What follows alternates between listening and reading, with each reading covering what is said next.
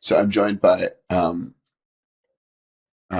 friend Manvendra, who I get a feeling when I meet people, we're going to be in each other's lives for a long time. I get a really good feeling about it. Look forward. And so these are really casual conversations. They can be more of a conversation, less of an interview. But through a lot of our conversations in the last 10 days, Manvendra just took us on a wild adventure around his vision and reality in Rajasthan and across India and the world. And I just wanted to chat a little bit about, and let me break it down a little bit and make it a specific question. But, on the media and the news, we hear a pretty tough narrative about what the future holds, like how bad it's going to be. And there's too many people, and especially in a place like India, it's overcrowded and the pollution. Meanwhile, someone creating a vision that you're creating has to have such a deeply optimistic view of the future to create at the scale that you're building. And so I think one of the questions I have is what would it look like if we got it right? So I belong to the camp who obviously is more optimistic about the future than pessimistic.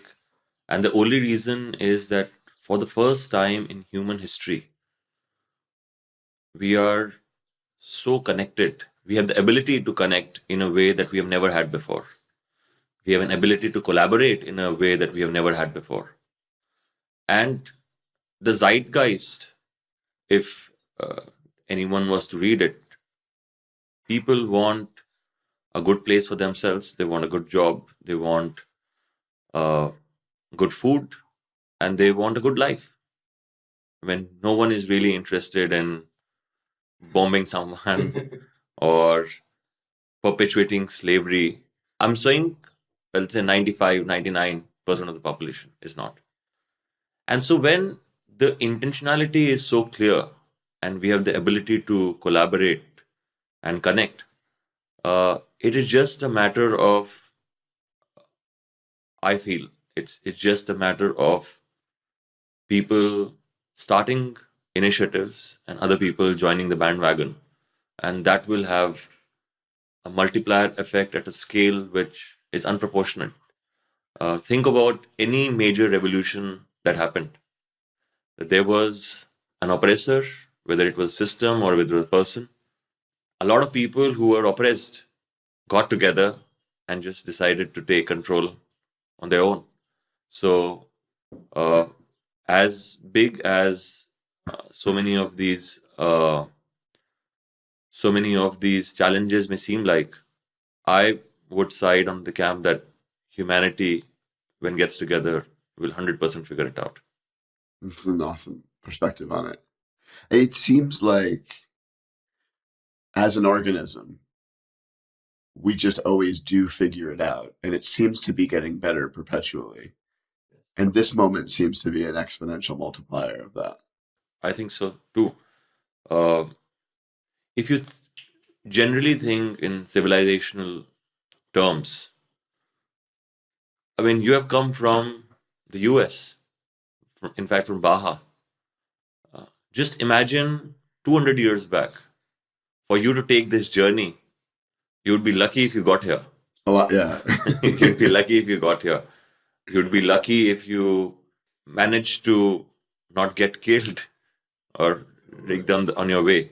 And the fact that, irrespective of what a myth would have told me something about you, the fact that we can connect and have this conversation uh, only goes on to say that we basically want the same things out of life, approximately speaking. And the more we connect, the more we'll see that we're all after the same thing. I mean, the group of people that you hosted these last 12 days have been indigenous elders and I spoke to Orland earlier, who's like a Guyanese man studying occult wisdom of West Africa, teaching in all over the world. And I mean, the diversity of the viewpoints and the clarity of everyone wanting the same thing is incredible. And all the way down to every single person that we've interacted with on your team has been so excited to be creating the reality. I've noticed this amongst really powerful creators is that when you every level of the people that work in the organizations that work with them are just as excited about creating the experience because we're all having the experience together. Exactly. And I think that we often, I mean, the current narrative is that we often underestimate the regenerative power of the land itself if we are able to leave it uh, not disturbed. And I think that what I am betting on in the future is human creativity. That it is the lack of imagination is when we get into binaries. That it is this or that, but we can have both, and creativity makes it happen, makes it possible, and technology makes it happen. So I'm really betting on that. Huge. Yeah, How many active projects do you have right now? I have. I'm restoring about 8 old forts and palaces, and Dhun is my sandbox project. But within this entire ecosystem, if I was to take case in point, within Dhun, if I said that we need to plant about, we need to make about 1,000 ponds in the region, that is one project. So, like that, there are about 128 projects going on. Oh, wow. And you have it precisely to 128. Yeah, that's because I was working on the Excel day for yesterday. That's incredible. And on all specifically today, that everything's in India. Yeah, everything is today in India, but uh, in fact, the two major ideas that I'm working on, one is on the principles of ecological regeneration, and the other one is on the principles of cultural regeneration. Uh, I think both these narratives have global significance, not only for India, but many countries like India. I'm very green on India. It's very new to me. I spent a couple months here 15 years ago, and it's radically different than it was 15 years ago. I was actually chatting with some of the women on your team, and I said, "Well, India is so different than 15 years ago." And she looks at me and she goes, "Everywhere is different."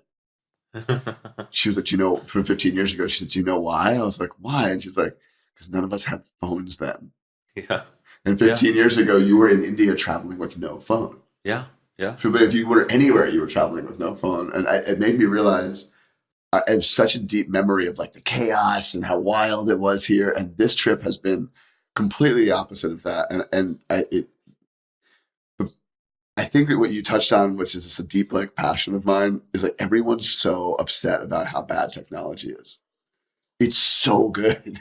If there was one thing that would make future truly non-predatory, Yeah. which is that we don't have to resort to the ways of nature, wherein to bring food to my table, I have to take from yours. Yeah. The ability that technology gives us to access the abundance of the sun is the only way that we are going to make future non-predatory.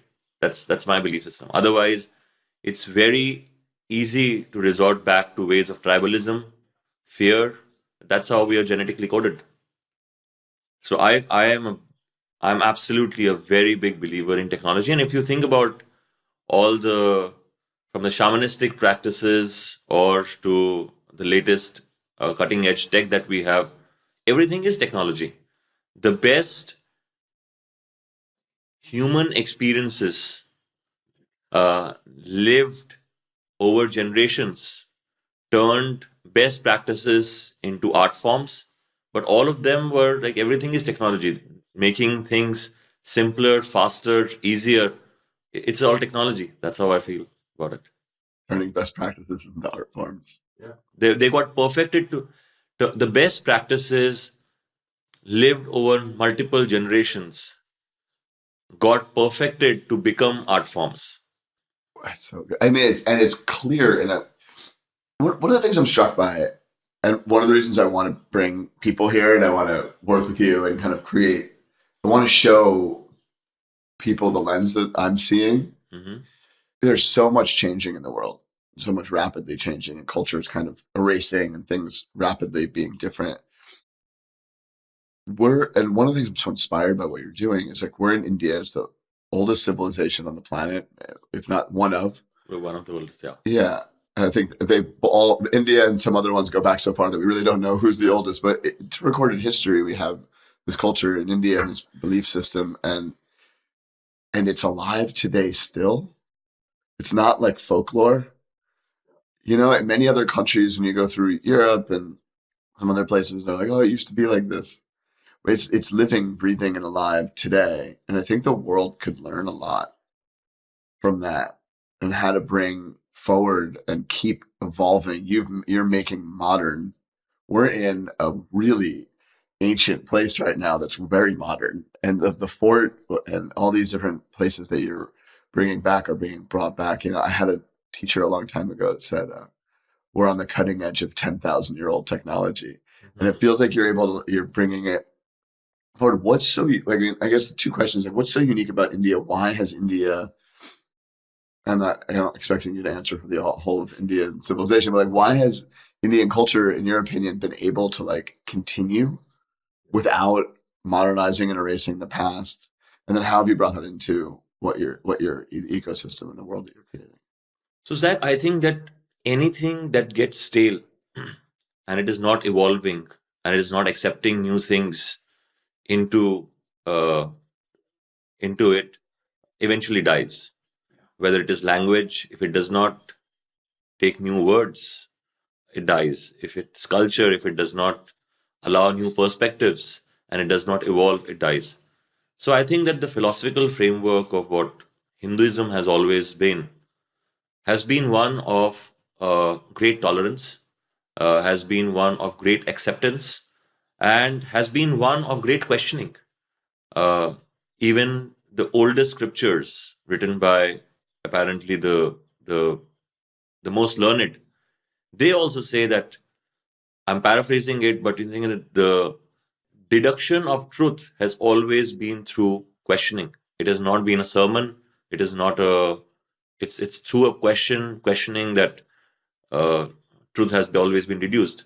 So as we evolve, as time goes by, when we change our questions and the circumstantial realities in the context of which those questions are answered, that changes. The answers also change, and so the essence remains the same, but you always get a new type of thing, and the religions or languages or cultures that become dogmatic suddenly lose touch of time, and they are just suddenly no longer relevant. It feels so alive here. And then when I go and think about like the education I got in like the West of spirituality, it felt so dead.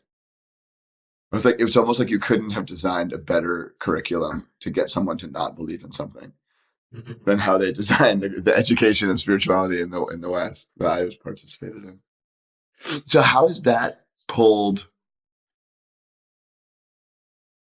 So going through, and I'd love you to talk a little bit about the whole ecosystem that you're building. But going through Kuchaman, this fort that you're renovating, um, it feels like a childhood fantasy come true. You know, my mother was a history teacher, so I traveled the world and we would go to these museums and see these old palaces. And they were like, don't touch it. It's like this museum. Like, no one lives here anymore. That's a thing of the past. And you're fully bringing that back to life. And it's deeply ancient and deeply modern. And how do you, there's so few, I mean, I think this is what people are most attracted to is things that have deep ancient roots and are current and modern and accessible in our day-to-day lives and not some museum piece. So how do you, there's so few people that are doing that. Like, what's the philosophy that goes into bringing an ancient future thing into our current? I don't tend to see history from the place of nostalgia at all. I see it as a tremendous resource pool through intangible heritage, tangible heritage. I just see it as a great tailwind, or I see it as a great resource pool. I see it as a great library to take things that are the most relevant in solving some of the problems that we want to solve today. So think about it. India has assets like Kuchaman in the tens of thousands that have been literally given as a gift by our previous generations to us.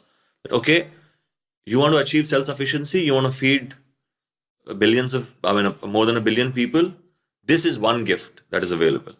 The way that you do yoga, the way that you grow food, the way that you design buildings. Our very good friend of mine says that bhasha, bhes, bhojan, bhavan, bhajan, which is that your language, your clothing, the buildings that you live in, the folklore that you sing, all of these have been derivative of the land that you are in. And if you see indigenous communities around the world, whether in India or this thing, the system of life that they evolved was in keeping with all these values that allowed them to sustain themselves for thousands of years. Now, turns out that some of the things that we started doing for attaining self-sufficiency after the industrial revolutions had many unintended consequences. Climate change being one of them. So I tend to see history that okay, there is this entire resource pool that is available, and what is it that is the most relevant of that in solving or addressing some of the problems? Can I learn from the way that they used to cool buildings in Iran in the 16th century? Absolutely, yes, I will take. Can I take something how they practice agriculture in Israel today? I will take that also. Can I learn from the way that indigenous communities around the world surrounded themselves and their sensitivity towards nature, and what is the kind of frameworks of decision making that they used to protect nature? I'm going to use that, but I'm also going to use blockchain to make it all objective. So, so the idea is that whether it is today's technology, whether it is ancient technologies, the idea is that if you came from the spaceship and you say that I want to solve this particular problem in this particular region, I'm going to spend a lot of time understanding that context, really defining the problem well, and getting access to information not only from India, but across the world, across cultures, across geographies, across times, and then say that this is my best bet at solving this problem. So when I think of a place like Kochaman, I feel that there is an asset that was built over 135 years. It's living, it's a heritage thing that is biting dust.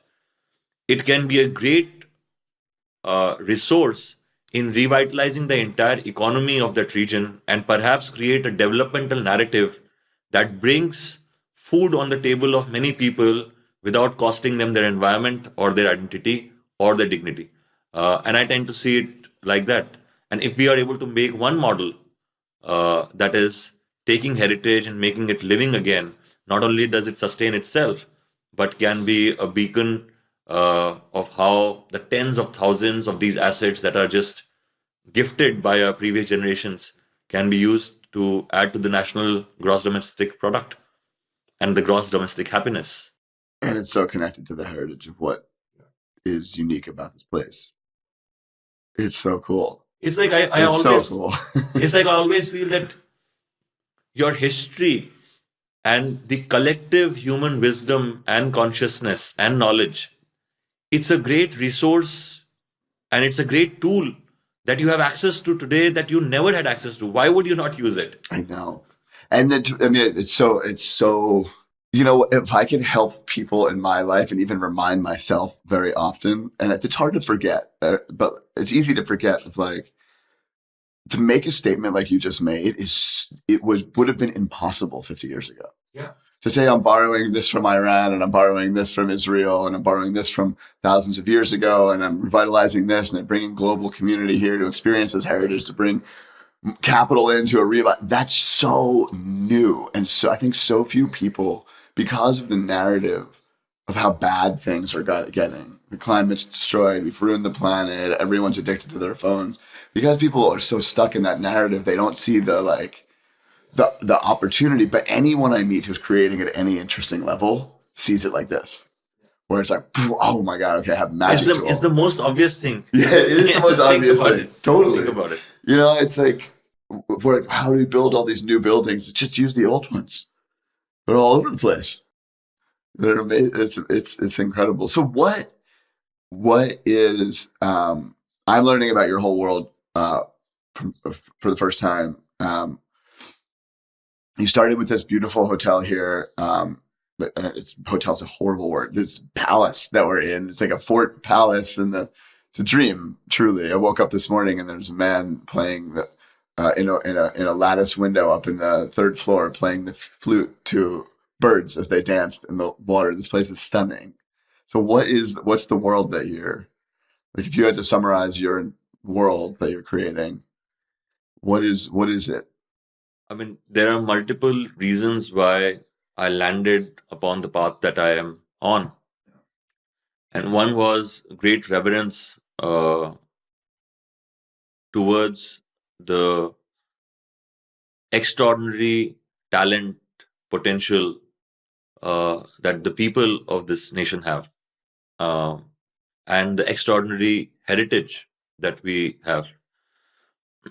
And so, all the projects that I'm doing or embarking on is that how do we create equality of opportunity for billions of people uh, in a way that we don't end up killing the planet, we don't end up killing each other.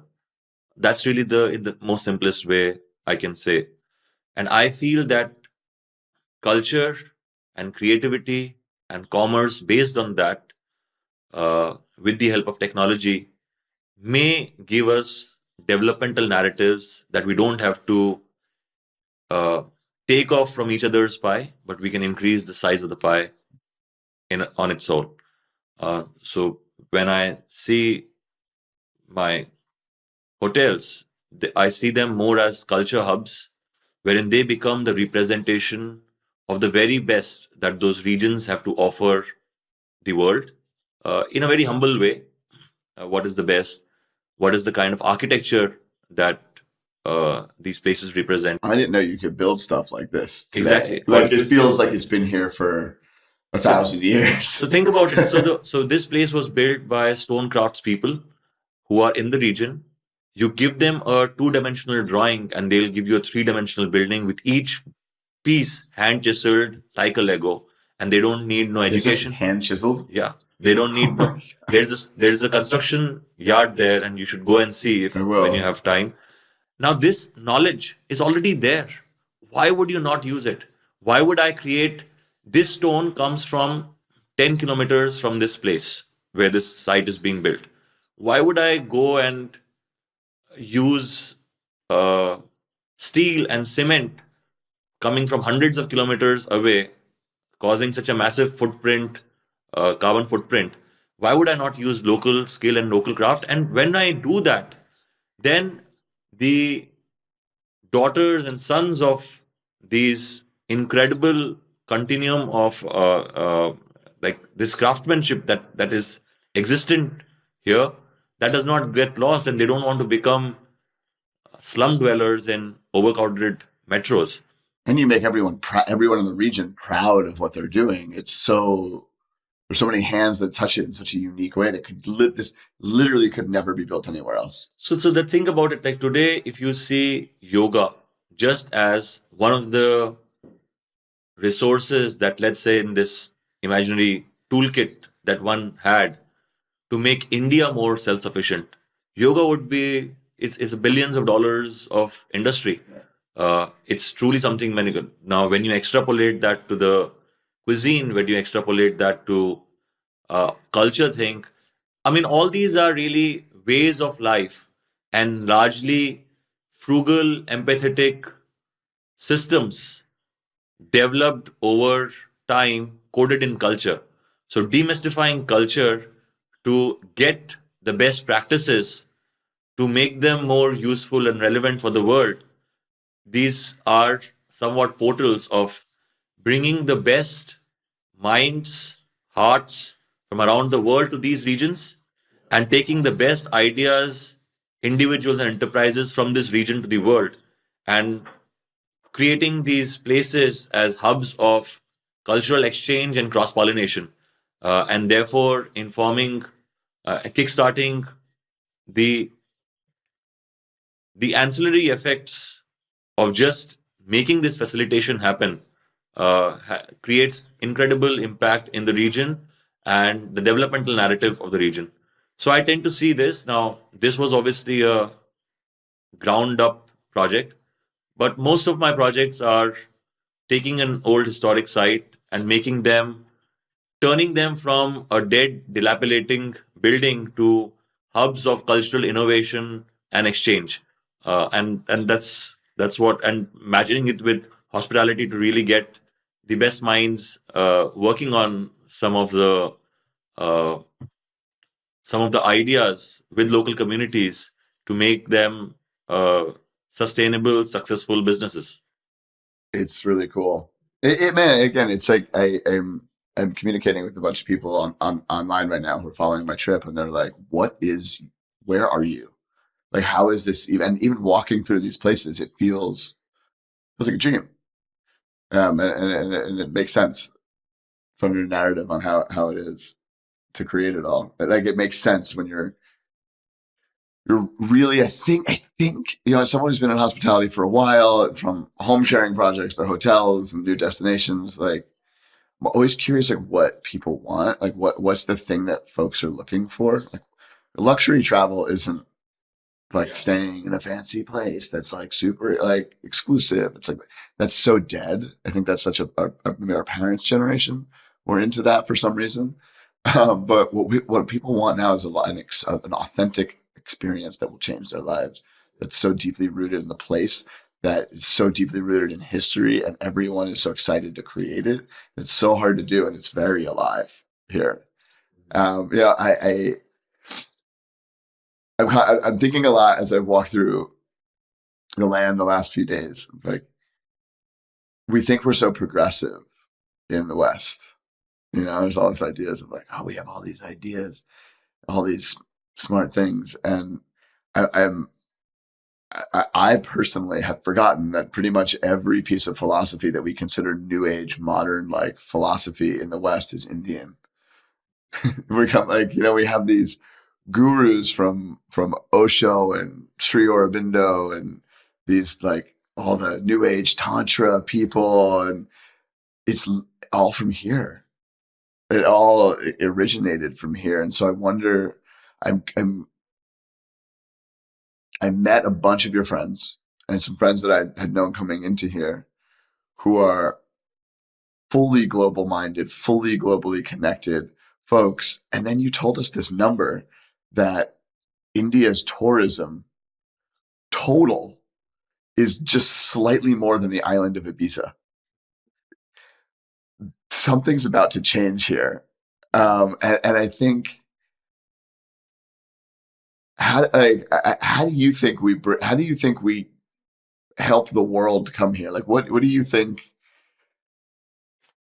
are the next steps to? I mean, I think there's so much knowledge and information that the world can learn. We're at a turning, right? Like a major turning in human history.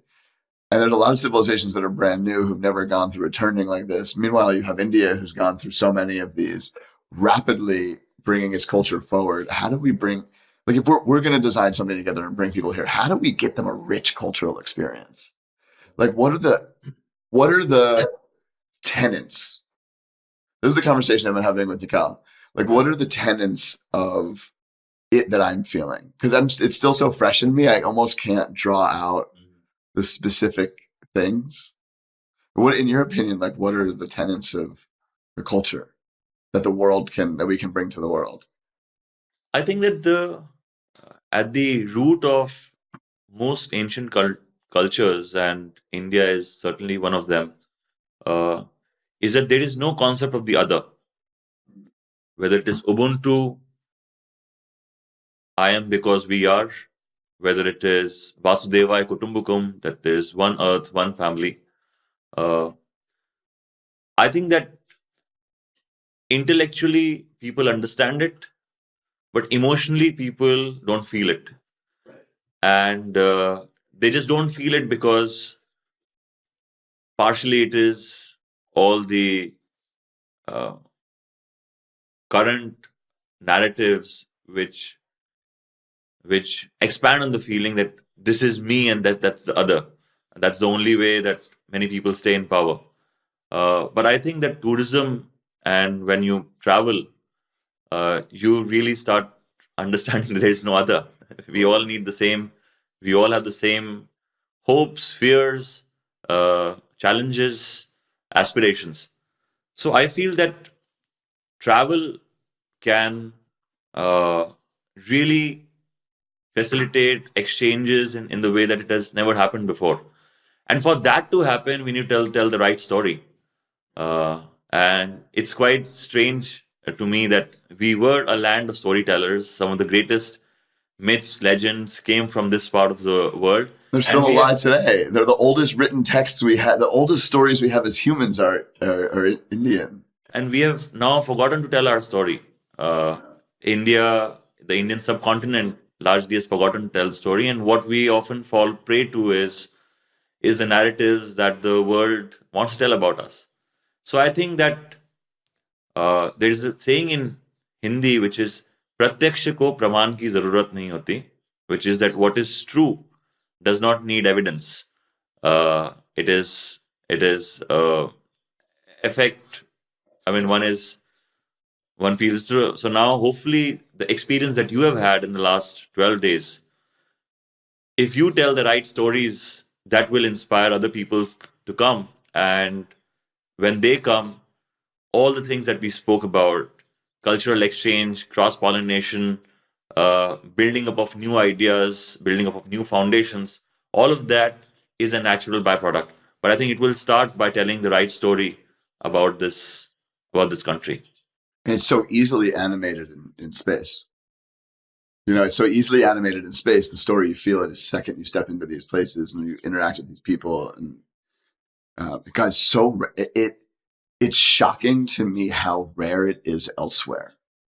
You know, when you like, it's like if you were blind and then someone let you see, oh wow, like all of a sudden you have a sense that you didn't have. All of a sudden, I'm given a really powerful perspective on how not present the cultural heritage is of many other places in the world, and how rich it is. How rich it is here. I'm excited to dive in below the surface more. You know, it's funny thinking about it, even just in Rajasthan, and thinking of the scale and the scope of people. I think there's more people in Rajasthan than are in the United States. No, that's not. Isn't it true? Is this like someone told me it was like a couple 100 million people? No. Rajasthan has a population of I think it is 70 million. 70 million. So there was something someone told me 400 million people in a certain region. Maybe it's somewhere else in India, but it's like that's 200 million in Uttar Pradesh. Okay, which is 2/3 of the United States. Yeah.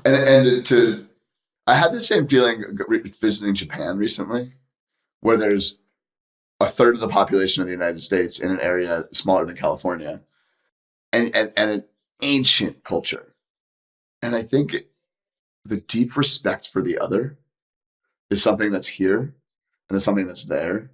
And I think that's something that the West is going to need to learn, or they're going to kill each other. Like, if they don't start to respect each other and have deep reverence, there's a bowing culture here that I've noticed as well as Japan, and like really respecting another person. And I feel that from a lot of the people that are on your team and are co-creating these worlds with you. They're like very excited to be here, very excited to share, very excited for every person. It's so rare to find. Say, what if we were to bring, like, we can brainstorm out loud, I think, which is exciting. Like, if we were to bring a larger group here, what are the things that we'd want people to experience? Like, the music is one thing that I think of right away. All these old instruments and spiritual musicians is one thing that I'd want to experience. But how do you pull in an authentic way, kind of like all the layers of ancient, modern, and current spirituality that's moving through this land? How would we even do that? I don't think that one can plan for those outcomes specifically, but one can certainly create the conditions for people to experience what the essence of this land and its people is. And people will draw different things from it. There are many Indias in this India, and there are many futures in this future. And I think just that understanding of that there are many Indias in this India, and everything is existing simultaneously. The understanding of that is both very, very humbling, and it is also very, very gratifying, because then when you see it from that lens, the only thing that you see is opportunity, extraordinary opportunity to change things better than you found them. And I would say that the the group that one curates, if one is able to experience what the size of that opportunity is like, I think people are going to get really excited about. We always say this, you can change the world. Well, this is the place where you can do it, and it can happen at a pace that will happen in your own lifetime. Things are moving really fast here. Yeah. You've traveled the world. I mean, things are moving substantially faster in India than they are in other places towards a more positive future. I mean, even the people that we met here, this Suraj bringing, electrifying 20 million homes, was it? Like, it's the pace is, it feels optimistic. Like, to move that fast, that forward, it feels wildly optimistic. I don't feel progress happening towards a more positive future in North America in the same. I feel more infighting and more intensity. Yeah, so partially the reason is also is that we are starting with a very low base. It's a very, very low base. And often when you build on that, like the progress, there is there is real progress that is affecting many lives. Having huge impact in people's lives very quickly. But in the 21st century, why would your home not be electrified? But it's true, it's not so, it's not the case. In the 21st century, with all this technology available, why would you have malnutrition? But turns out that most of the world, it is the case. So I think that the progress one sees is just I think that India and most of the world population is just waking up. And I think that beyond this, we will need to really rely on really alternate ways of development and achieving progress than the current narratives are. Otherwise, we are 100% going to kill the planet. If the 200 million Indians who will need a home in the next decade all decide to build out of the same materials, concrete and steel, that we have built so far, without changing those materials or changing the way that those materials are made, we can kiss goodbye to the planet. And that number, by the way, globally is 2.5 billion people over the next 30 years. 2.5 billion new housing units. No, for people who will need this thing. So the housing units will be maybe, most of Europe will need to rebuild itself. That's what you said. What did you mean by that? You said soon Europe needs to rebuild itself. What did you mean? I mean, most of housing in Europe has been built. A lot of the housing, I'll not say most, has been built post World War I and post World War II. It has largely been built out of materials that will need substantial renovation or completely building out new settlements. If even that gets built out using conventional, traditional ways of building with materials that have such high embodied energy, then it's going to be very difficult. And it will be particularly difficult for places like India, China, Vietnam, the developing world, because all of that will get manufactured here. And so I just hope we are able to save the world from yet another format of colonization called environmental colonization. I wish we could get you an infinite amount of resources quickly so that we could get this going big at a quicker rate, because it feels like we just need as many people to experience it, right? So that they know that it's better. I think there's a false concept that I live in a house made of woven sticks and clay with a leaf roof, a palm leaf roof. And it just feels better. Everything about it feels better. When I sit in these buildings that are made of stone, that are from the land, that are of the region, it just feels better. And it's I think there's, in a developing world, people see like, no, that's what poor people do. I don't want that. I want to move progress towards the future. And then they build these things and they feel worse and they are worse for the experience. It's hard to sell people on like, oh, do this because it's better for the environment. Yeah. No one ever is going to do that. Like I had a teacher that always said, like, if it's not better, no one wants it. I think it's hard to get people an authentic lived experience of how much better it is to live in a naturally, locally heritage designed building. And you're right. You're absolutely right that you cannot change people's behaviors by teaching them a moral lesson. And one of the challenges why consumerism has thrived at the expense of environment and human relationships is just because it has managed to, the systems that have been designed have managed to disconnect people with the impact of their choices that they make, the actions that they take. So never before in human history have we been so disconnected also by the impact of our actions. We really do not know what is the true cost of the decisions that we take. Uh, how much is that cost? Who is ultimately paying that cost? We have no idea. So this sort of disconnection is, throw it away and then it's away. The disconnection is what the consumerism thrives on.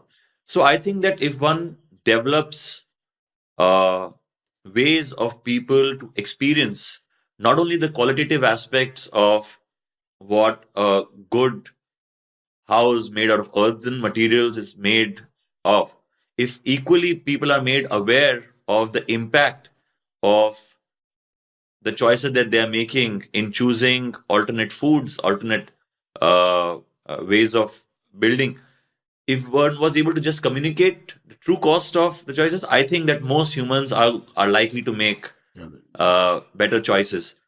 So I feel that, and one of the reasons was that why most people are not living in mud houses with thatched roofs is because they also had inherent challenges with that kind of an architecture. Yeah. But the opposite, we progressed it forward a bit and we've added some modern elements to it. Yeah, it works exactly. a lot better. But my point is that exactly what you have done, those systems to improvise over what is hyper local and how do we create that, build on that innovation to make it absolutely relevant for today, that has not allowed to happen because how are going then it destroys people ability to scale and sell. So what works in Jaisalmer will not work for Bikaner, will not work for Kuchaman, will not work for Jaipur. In fact, I can't even claim that it is going to work for anything 50 kilometers from here. Totally. So the solutions are not ever scalable. It's a myth in my opinion. They can be scalable to various degrees, but solutions are not scalable, but principles are scalable. So if one said that we are going to build out of these materials and the framework that we will use is the indigenous communities framework, which is what we'll take decisions that are best suited to the ecology, then the community, then the individual, and then we will make that efficient as opposed to the current systems, which are that how to make everything hyper efficient. The individuals who are driving the decisions. It's so pervasive in America, that other way of thinking. And I'm reminded of it every time I land. Exactly. So every time you're flying into a city and you get low, you see this like, it's almost like the building version of clear cutting a forest. You know, it's just like flatten it, impose a business model onto it, sell it as quickly as possible, and then leave. And you see generationally the impact of that in the soul of the people who live in it. They don't like it. They don't feel the craftsmanship. They don't feel there's no actual community. Community is so different than what people think. It's like, it's not, and it's so alive here. Like, community is not the people that live in the buildings. Community is the people that live in the buildings, the people that work in the buildings, the people that fix the buildings, the people that build the buildings, the people that service the building, the people the power, people that create the power and the water. And like, your community is the people that co-create the entire ecosystem that you live in. And it's so disconnected in the way we've seen these things get created in the West. I almost am like, I'm so inspired by being in India, but I'm almost so terrified thinking about America. I'm like, we've gone too. It's like it's almost like we've gone too far. Like there's so little. The heritage things that 3 generations from now my kids will inherit are like suburban planned communities. That were designed for a business model before anything else. But here you luckily have this like richness of. I heard the story of the planning of Jaipur. I mean, it was designed to be a city of craftsmen and artisans that could showcase what you're doing, and it is. I go to Jaipur now and I see international designers sourcing local materials from fine craftsmen who've been multi-generationally working on these projects. And that was designed by somebody, a group of people 300 something years ago. But just in the same spirit that you say that you are terrified to think uh, about the monoculture that it's so pervasive and everything being designed for efficiency and maximizing profit. In India, I'm concerned at a, for a greater.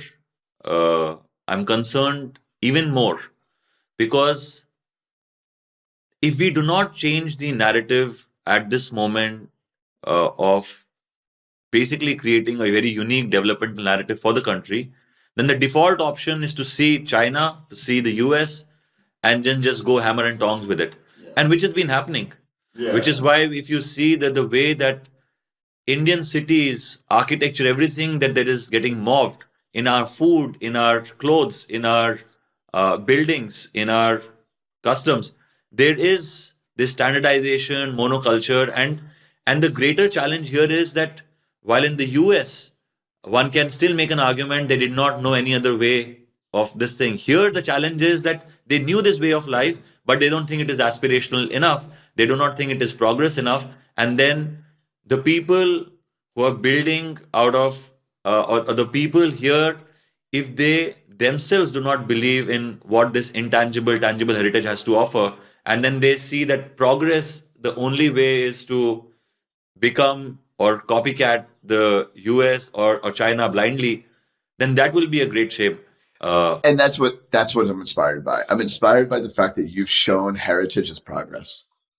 You've shown heritage as luxury. Like you've shown the heritage experience of a rich and alive and vibrant culture as another level of an experience and have made it aspirational. I think that's the narrative shift. And again, it is better than the Marriott down the street. There's so much. There's so much to learn from that. Yeah, that's why I just go back to what I said earlier, that you mentioned the Marriott example. It's a fantastic. They've solved one big problem of giving consistency to people wherever they are in the world. But I'm not sure that is the only way of solving that problem. And that's what I think we need to get all policymakers in the room, is that yes, everyone wants progress, and no one is saying that we should go back to tribalism and stuff. Uh, Not necessarily that it is all bad, but there are some practices of, it's not a zero sum game, and there can be multiple narratives of achieving the same objective without us having to just follow one thing or ape one thing blindly. It's and principles. That is really what I'm. And it comes to principles. It comes to principles. I think that's what I hear you saying. That's really important. It's tough. I've heard the talk, and I've very rarely heard the talk and then have someone walk me down a hill into a water body that they're building, and then next to the bricks that they're making out of the earth that's being dug from the water body, and then I get to sleep in it that night.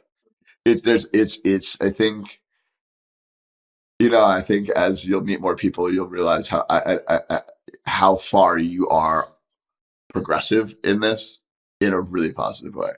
But if you think about it from how I see it, is that I would be dumb to do anything which was not that. Totally. Because but think about it, that why would you, in the example that you gave, to ensure long-term flood resilience and drought resilience, if you need to build water bodies that have been time-tested way of uh, capturing rainwater here, and if building out of mud You don't are not dependent on any big factory, and you can use a skill set that already exists in the region, and yet it gives you the most thermally efficient building at the lowest environmental cost.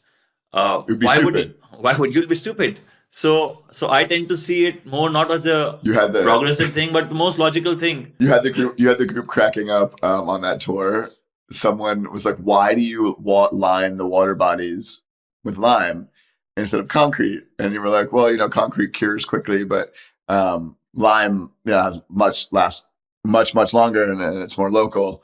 And someone said, "Well, how long does it take the lime to cure?" And I think you said something along the lines of like, "It gets really hard at around 150 years." Yeah, it starts getting really hard after 150 Starts years. getting really hard around 100. I think there's a very few people that are thinking uh, at that clip in the future. But I'll tell you that what's the paradox of this? The paradox of this is that if you see many places, archaeological sites and everything, you see these traditional materials have been used and have lived for hundreds of years, if not thousands of years, and they're still standing strong. I mean, a good, well done lime building, after 300 years, you will find it difficult to even put a nail in it. It becomes so strong. Uh, and if you think from that perspective, even when you destroy it, you can pretty much use most of the material again, reuse it. Uh, so what always baffles me is that you see all of this real examples in India, and yet the building codes in India, you will find it very difficult to get approvals if you wanted to build something out of mud architecture, because they think that it is not a viable thing. There's a And then the community. architectural community that we train, like thousands of architects every year, they don't have an understanding of how to use these materials well. So you see that the systemic brainwashing, dumbing down, deep colonization of the mind that has happened. So we are destroying our own traces, and I think that while there is a very positive resurgence that is happening here, I think that far more can happen. Yeah. Far more You can got to happen. get the fuel. You got to pour fuel on this fire. Have you found a lot of people? Have you found a lot of peers from around people who are like, "Oh yeah, I'm doing things like this Yeah. in this location," or "Oh yeah, no, that's." It's because most of the things that I'm doing in a certain way. I tend to meet a lot of people, which gives me a lot of optimism, and frankly, I am able to collaborate with them to learn from them and fasten my learning curve. So I meet a lot of people, and I think this resurgence that is happening is great. But I still think that it is happening very linearly at a time when the problems that we face are exponential. So I think that we need to create exponential resurgence to combat exponential systemic problems. That's fun to see it alive and well. Right before when we were leaving last night, we're walking home. Elise was like, "Wait, so he's restoring heritage sites. He can dance. He wrote poetry last night. He's combining all these things together." She's like, "I haven't met a lot of people, but he seems like what I would consider a modern Renaissance man." So it's a high compliment from amazing person. And it is the term that we gave people in the Enlightenment and the Renaissance of people. They would take together all of these cultures that were coming together and bring them into one. You're doing it. It's cool to see, man. I'm super inspired, and I'm excited to bring. I'm excited to show more people what you're doing and bring it out to the world because it's important. Look forward. How can people help you? Tell the right stories about this land. Cool. Yeah. We'll do it. Okay. Thank you. Thank you so much. Thank you, brother.